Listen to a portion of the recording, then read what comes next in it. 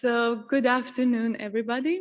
I'm Antonia from University of Split School of Medicine, and I feel very honored to present you our study. So this is an observational study where we aim to investigate how accurately funding information is reported in metadata of published articles supported by European and US research grants.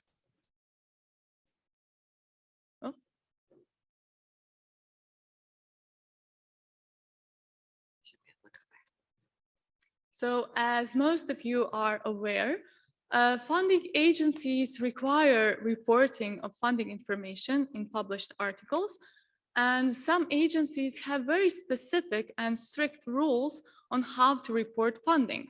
For example, European Union's Horizon 2020 program has specific wording. So for ERC, European Research Council, the wording is defined such as this project has received funding, etc. And then the correct grant number needs to be stated as well. And similarly, the wording is defined for Marie Curie action. NIH and NSF also have specific rules on how to report funding. They both require that funding agency name and the correct grant number are stated.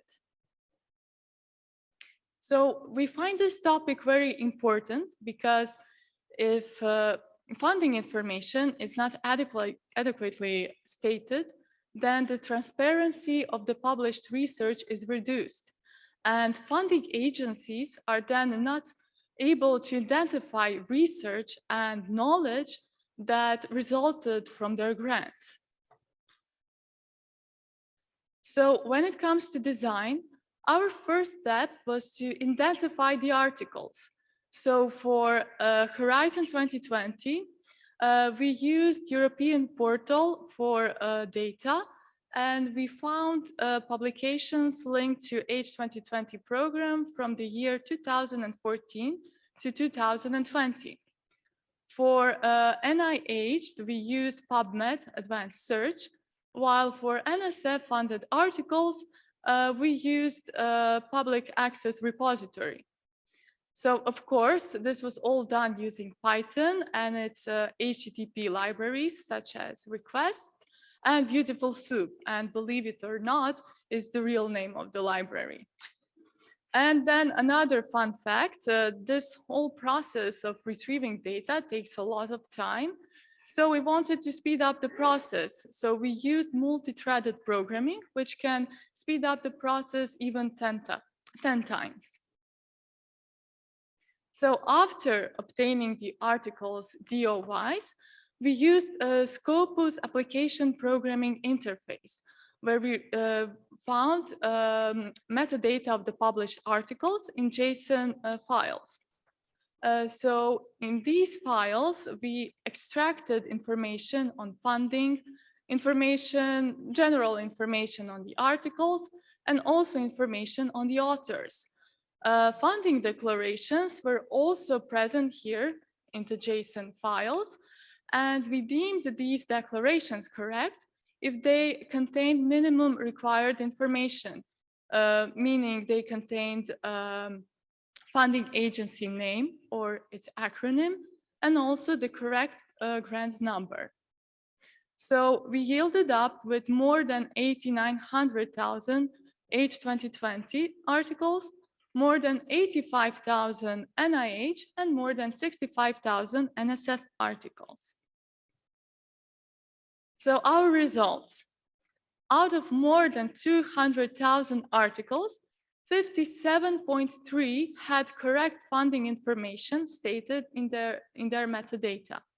And as can be seen on the graph, the accuracy was highest for NSF-funded articles and lowest for ERC-funded articles. The accuracy for H2020 funded articles improved over the years. And since this is an ongoing study, we plan to make the same analysis for NSF and NIH-funded articles as well. The predictors of accurate funding for H2020 funded articles were greater number of funding agencies, a smaller number of authors, and later publication year.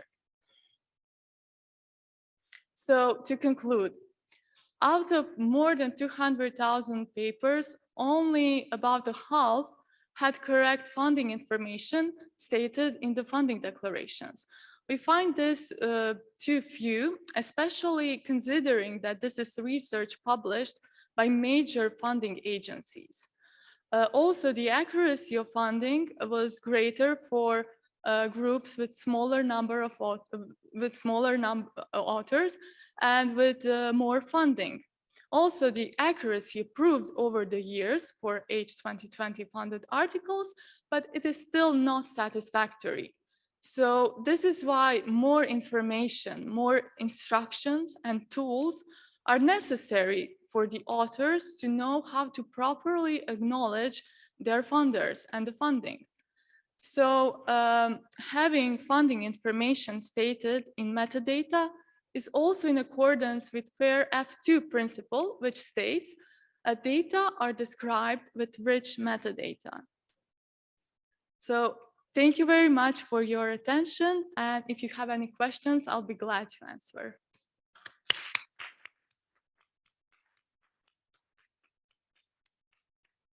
So while we get ready for questions, I do have one. Can you say a little more about how you determined if it was the correct grant that was being acknowledged? And I ask because we've looked at non-government or industry funding and tried to use the metadata, and it was really difficult to determine, you know, like the question in the grant didn't actually match the question in the article. So I'm just wondering how you figured that out. There were different measures. So for Marie Curie action and for ERC, there are very strict rules. There are strict sentences.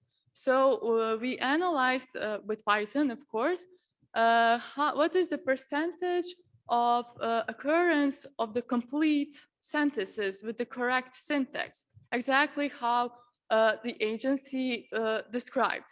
And that percentage is even less, it's very few. Then we moved, okay, then we, our criteria was to find what is the percentage of articles that have stated the full name of the agency, even, let's say, European Union's Horizon 2020 program, and also the correct grant number. And finally, the minimum criteria was defined as having whether a full agency name or its acronym, and of course, again, grant number. That's always, that was a must in every case. So the percentage you saw in the presentation, 57.3, that is minimum requirement. So not the complete requirement as some agencies have, but minimum. Thank you. Malcolm? Yeah, thanks, Malcolm McLeod from Edinburgh. This is an interesting challenge of how to associate research artifacts with the funders. There's a couple of issues that you might be able to comment on. The first is that certainly in some systems, these databases are populated by the claims that researchers make. So in the UK, we tell our funders what we've published, and they then use that to populate Europe PMC, which can then feed into Scopus. So it means that information flows through the system, but also errors can be propagated through the system. So that's the first aspect of it. The second aspect of it is, as someone who's received these grants and had an email from my funder saying, what have you published? I tend to be slightly generous in attributing works to their particular line of funding, because I hope they might give me more money the next time round. And sometimes if I put a particular funder on the publication, it opens the door to open access publication fees being met by that funder rather than from my back pocket. So how can you deal with these kind of irregularities in the data that are provided by us, the researcher, in the first place, that can distort whether it's actually meaningful? Am I touching a nerve here, am I? So if I understood correctly your question, You are asking whether we are sure that all information that was available came to Scopus. No, that a lot of it is provided from the authors, and it may not be correct, and that the two different bits of information you got are not completely independent, in that some of the Horizon 2020 data set will feed into Europe PMC, because Horizon 2020 do that because they want to see it. And some of that from Europe PMC will feed into Scopus. Certainly it feeds into the PubMed record, and PubMed update themselves with what Europe PMC says is the funding agency. So it may be that the two data sets say the same thing and they're both wrong, because the information comes from the same source. Well, we used the official portal for European data. So there we found all the grant numbers.